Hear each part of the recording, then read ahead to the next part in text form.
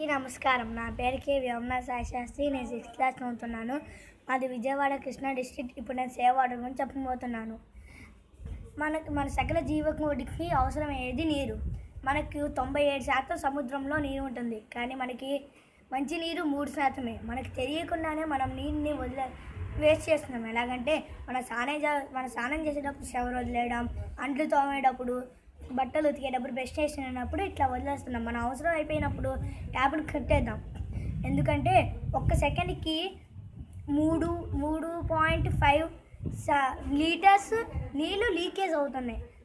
అట్లాగైతే మన రోజుకి ఎంత వాటర్ లీకేజ్ అవుతుందో ఆలోచించండి. మన అవసరం అయినప్పుడు మనం తిప్పుకుందాం, మన అవసరం తీసినప్పుడు కట్టేస్తాం.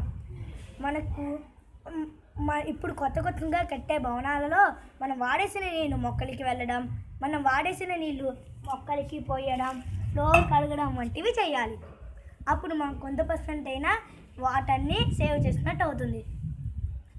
ఇప్పుడు మనం సేవ్ చేసుకోలేదనుకోండి, వేసవి కాలంలో దాహంతో జీవులు చనిపోవచ్చు, మనం చనిపోవచ్చు, పక్షులు చనిపోవచ్చు, చాలామంది చనిపోవచ్చు. అప్పుడు ఈ భూలోకమే ఉండదు. మనం సేవ్ చేద్దాం.